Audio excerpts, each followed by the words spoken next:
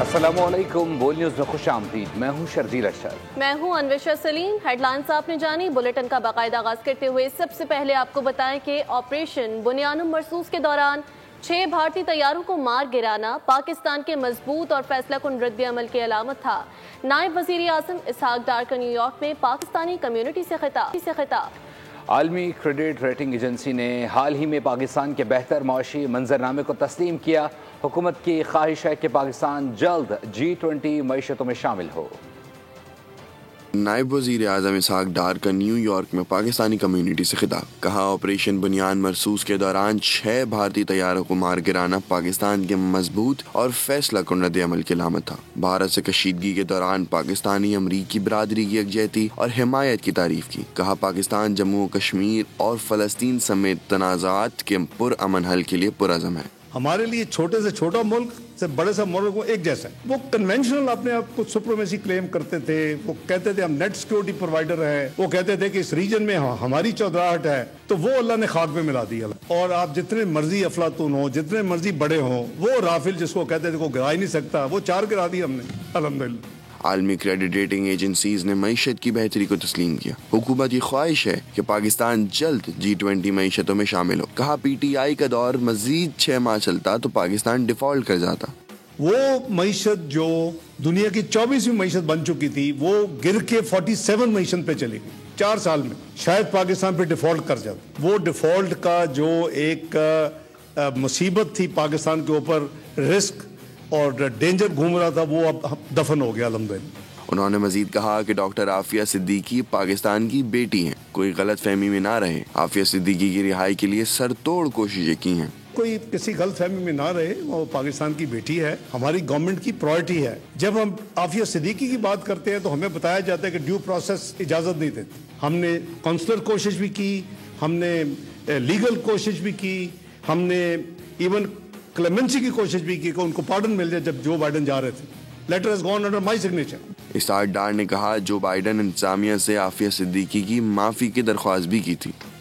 वज़ीर आज़म शहबाज शरीफ से वज़ीर दाखिला मोहसिन रज़ा नकवी ने इस्लामाबाद में अहम मुलाकात की है, जिसमें ज़ायरीन के लिए नई पॉलिसी, खुसूसी परवाज़ों के इंतज़ाम और बलूचिस्तान में अमन व अमान की सूरत हाल पर तफसीली गुफ्तगू की गई।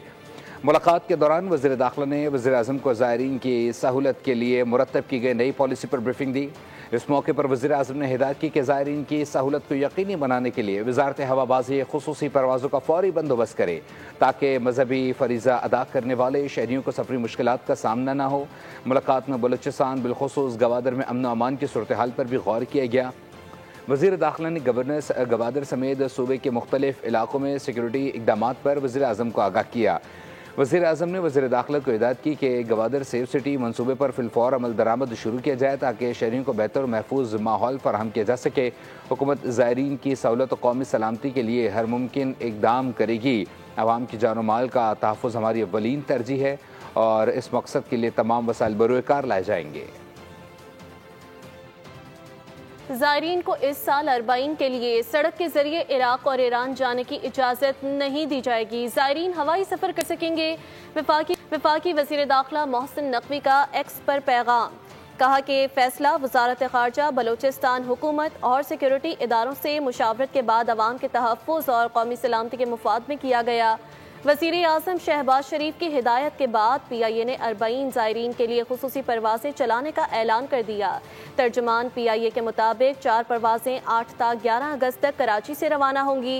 नजफ़ से वापसी के लिए 18 से 21 अगस्त तक परवाज़ों का शेड्यूल तैयार कर लिया गया।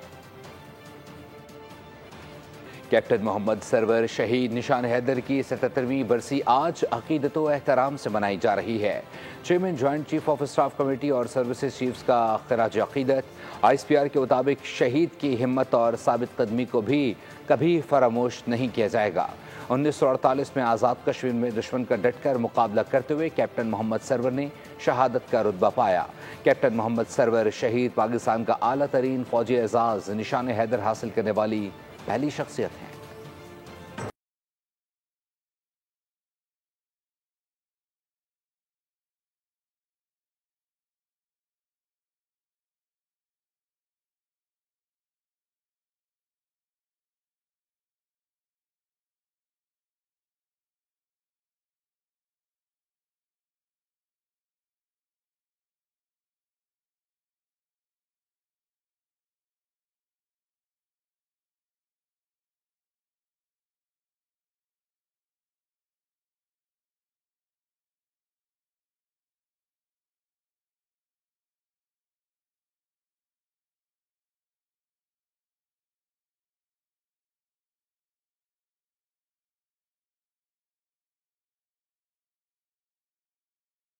DG ISPR lieutenant general Ahmed Sharif Chaudhry کا GC یونیورسٹی لاہور کا دورہ۔ لیفٹیننٹ جنرل احمد شریف کی آمد پر پاک فوج کے حق میں نعرے لگائے گئے اور طلبہ نے قومی جذبے سے لبریز ملی نغمے کے ذریعے اظہار یکجہتی بھی کیا۔ آپریشن بنیان مرصوص کی کامیابی پر اظہار یکجہتی کرتے ہوئے طلبہ نے پاک فوج کو دل سے سراہا۔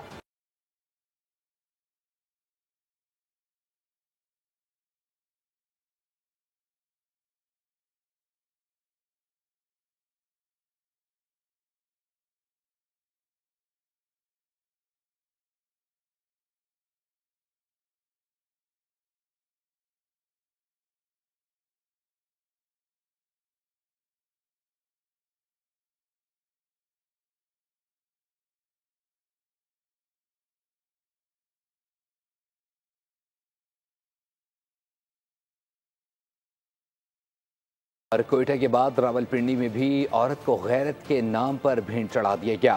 تھانہ پیر ودائی کے علاقے میں شادی شدہ لڑکی کا قتل کا یہ معاملہ سامنے آیا ہے اور مقتولہ کے دوسرے شوہر عثمان نے خود کو پولیس کے حوالے کر دیا ہے۔ مقتولہ نے 12 جولائی کو مظفر آباد میں عثمان سے نکاح کر لیا تھا۔ نکاح کی دستاویزات بھی سامنے آ گئی ہیں۔ عثمان کے والد کا کہنا ہے کہ نکاح کے بعد مسلح افراد گھر میں داخل ہوئے، دھمکیاں دیں اور صدرہ کو واپس لے گئے تھے۔ جرگے کے حکم پر پیر ودائی میں غیرت کے نام پر قتل کا معاملہ۔ قبرستان کے گورکن کے پولیس کو دیے گئے بیان کی تفصیلات سامنے آ گئی۔ گورکن راشد محمود نے پولیس کو اپنے بیان میں بتایا کہ 17 جولائی صبح 6:30 بجے لڑکی کی تدفین کی گئی۔ قبرستان کمیٹی کے ممبر گل بادشاہ نے فون پر قبر کھولنے کی ہدایت دی اور صبح 6 بجے کے قریب 25 افراد کے ہمراہ خود قبرستان پہنچا۔ گورکن کے مطابق لڑکی کی نعش لوڈر رکشہ پر لائی گئی اور دفنانے کے بعد قبر کا نشان ختم کر دیا گیا۔ تدفین کے بعد گل بادشاہ کے بیٹے کو 78 نمبر رسید دی گئی جس پر سدرہ دختر عرب گل نام لکھا، تاہم کچھ دیر بعد وہ رسید واپس کر دی گئی۔ حیران کن طور پر اس رسید کا کوئی ریکارڈ موجود نہیں تھا۔ اور فیصل آباد میں غیرت کے نام پر قتل کے مجرم کو 2 بار سزائے موت اور 10 لاکھ روپے جرمان کی سزا سنا دی گئی۔ مجرم شوکت علی دوہرے قتل کے مقدمے میں نامزد تھا۔ پولیس کے مطابق شوکت علی نے 4 برس قبل اپنی بیوی اور ذیشان نامی شخص کو ٹوکے کے وار کر کے قتل کر دیا تھا۔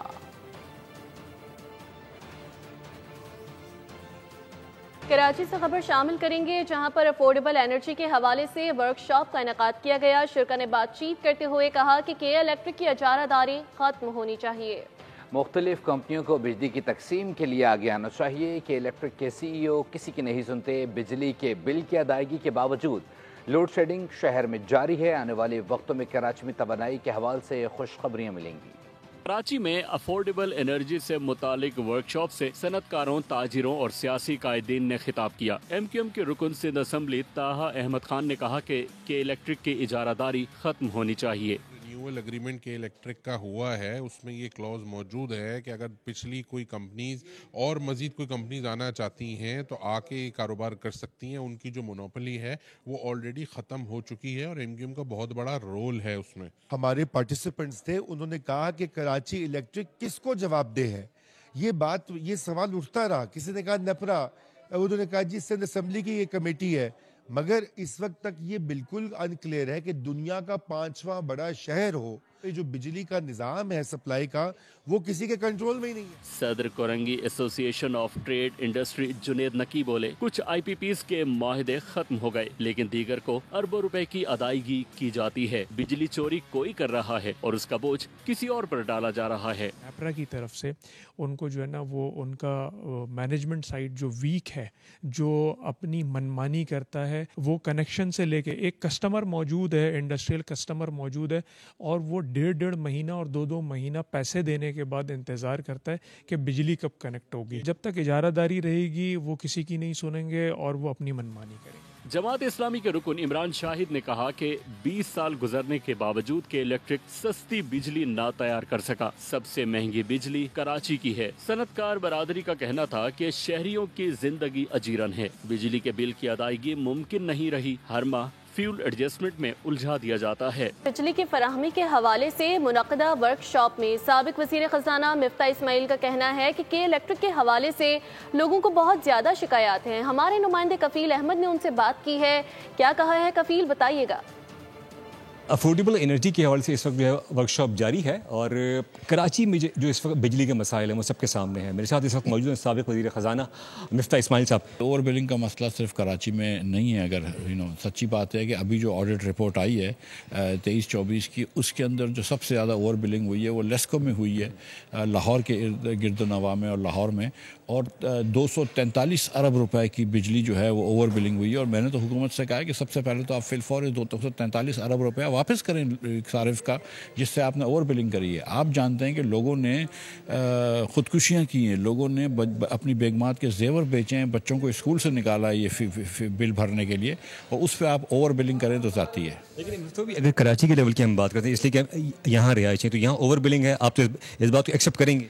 ज़रूर होगी ओवर बिलिंग, मुझे यकीन है, लेकिन जिस किस्म की ओवर बिलिंग हुकूमत की एजेंसियाँ कर रही हैं इतनी इस तरह की नहीं है। एक पीएमटी से उनको बिजली के बिल कम आ रहे हों तो सारे पीएमटी उस फीडर के जो हैं उसको आप लोड शेड कर देते हैं, और इससे ये मेरे ख्याल से जाती है। इनके पास, सच्ची बात है कि इनके पास के इलेक्ट्रिक के पास पीएमटी लेवल के बिजली के स्टेटिस्टिक्स हैं, और इनको सिर्फ वही पीएमटी बंद करना चाहिए, और वो पीएमटी भी बंद नहीं करना चाहिए। जिस घर से आपको बिजली नहीं आती है वो घर की बिजली काट दें। कराची के हवाले से नहीं, एक बिजली देखें पूरे पाकिस्तान में यकसा महंगी होती है या सस्ती होती है, तो पूरे पाकिस्तान में ये करना पड़ेगा। सबसे पहले तो ये जो सोलर पे आपने टैक्स लगाया और जो सोलर पे आपने जो कंज्यूमर्स कोशिश कर रहे थे कि सोलर से कुछ बिजली बना लें, आपने उनको भी मार डाला, ये बहुत ज़्यादती है।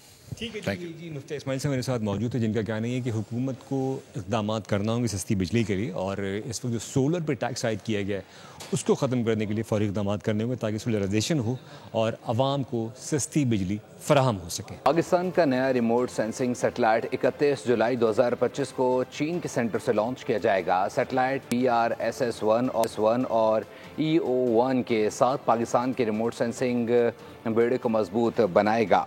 आपको पता तो चले कि सैटेलाइट लॉन्चिंग स्पार्को के विजन 2047 और कौमी खलाई पॉलिसी का अमली इजहार है। तर्जुमान स्पार्को के मुताबिक ये सैटेलाइट फासलों की निगरानी, जबकि साथ ही साथ फसलों की निगरानी के साथ ज़राअत की दुरुस्त मालूमात, शहरी मनसूबाबंदी, कुदरती आफात की पेशगी वार्निंग, सैलाब, जलजले और ज़मीनी खिसकाव की निगरानी करेगा। ग्लेशियर्स के पिघलाव, जंगलात की कटाई और CPEC समेत कौमी तरक्याती मनसूबों की निगरानी में भी सैटेलाइट हम आहन और मुअव्विन साबित होगी। वफाकी वज़ीर सेहत सैयद मुस्तफ़ा कमाल ने बीजिंग में साबिक सेक्रेटरी जनरल बान की मून से मुलाकात की।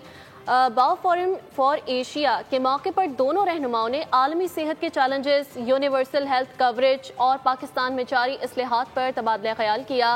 बान की मून ने पाकिस्तान की जानिब से सेहत के शोबे में डिजिटल इक़दाम को सराहा और खित्ते में सेहत के फ़रोग में ताउन के इम्कानात पर जोर दिया।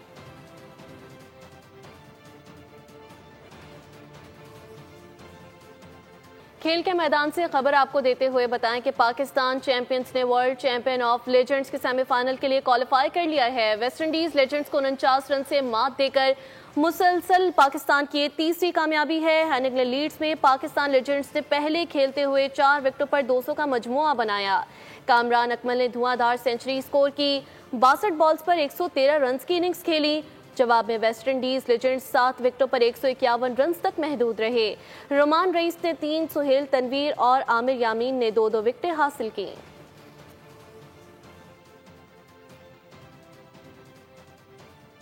और भी आप बताएं कि T20 एशिया कप के शेड्यूल के ऐलान के बाद भारतीयों को आग लग गई है। सहाफ़ी के बाद क्रिकेटर्स भी अपने ही क्रिकेट बोर्ड को तनकीद का निशाना बनाने लगे हैं।